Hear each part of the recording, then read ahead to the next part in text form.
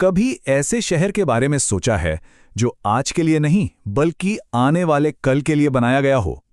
आज हम भारत के ऐसे ही एक बहुत बड़े और महत्वाकांक्षी प्रोजेक्ट ग्रेटर नोएडा की कहानी को समझेंगे। चलिए देखते हैं कि इसमें क्या खास है। देश का सबसे बड़ा और सबसे आधुनिक शहर। सुनने में ये एक बहुत बड़ा दावा लगता है ना? पर सच तो ये है कि इसी एक सपने ने ग्रेटर नोएडा को जन्म दिया है। तो चलिए पता लगाते हैं कि यह सपना हकीकत के कितना करीब है।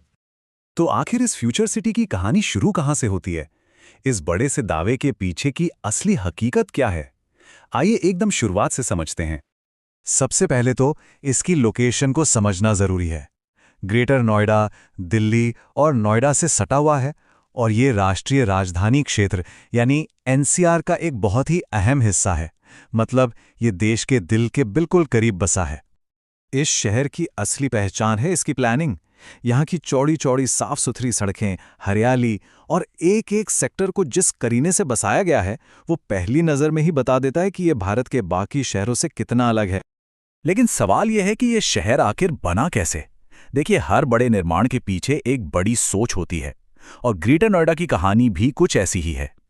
तो बात है साल 1991 की।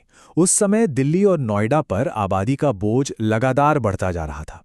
इसी समस्या को हल करने के लिए GNIDA यानी greater Noida industrial development authority बनाई गई। मकसद साफ था, एक ऐसा शहर बसाना जो मॉडर्न भी हो और जहां सुकून भरी जिंदगी भी हो। अब जरा जमीन पर उतरकर देखते हैं कि वो कौन सी चीजें हैं जो ग्रेटर नोएडा को वाकई में एक मॉडर्न शहर बनाती हैं।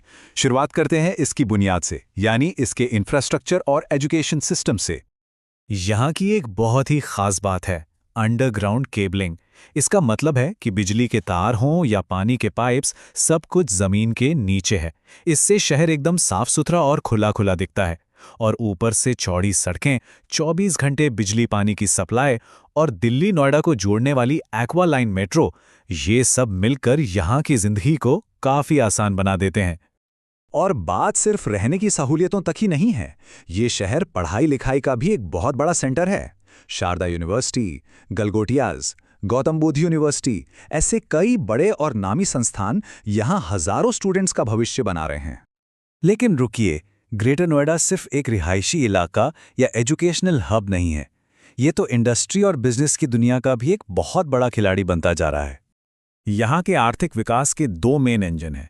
एक तरफ है नॉलेज पार्क, जो IT और इनोवेशन का सेंटर है, जहाँ विप्रो जैसी कंपनियां हैं, और दूसरी तरफ है इकोटेक जोन, जो मैन्युफैक्चरिंग का गढ़ है, जहाँ यामाहा और LG जैसे बड़े बड़े ब्रांड्स अपना प्रोडक्शन करते हैं। ये तो हुई आज की बात, लेकिन ग्रेटर नोएडा का आने वाला कल इससे भी कहीं ज्यादा रोमांचक है। और इसकी वजह है एक ऐसा प्रोजेक्ट जो यहाँ की तस्वीर हमेशा के लिए बदलने वाला है। और उस गेम चेंजर का नाम है जेवर एयरपोर्ट, यानी नोएडा इंटरनेशनल एयरपोर्ट। देखिए, इसे सिर्फ एक एयरपोर्ट समझना भूलोगी, ये इस पूरे इलाके की किस्मत बदलने वाला प्रोजेक्ट है। और ये कोई आम एयरपोर्ट भी नहीं होगा। जब ये पूरी तरह बनकर तैयार होगा तो ये एशिया का सबसे बड़ा एयरपोर्ट बन जाएगा। जरा सोचिए, एशिया का सबसे बड़ा, इसका असर कितना जबरदस्त होगा। तो इसका असर होगा क्या? बहुत सिंपल है।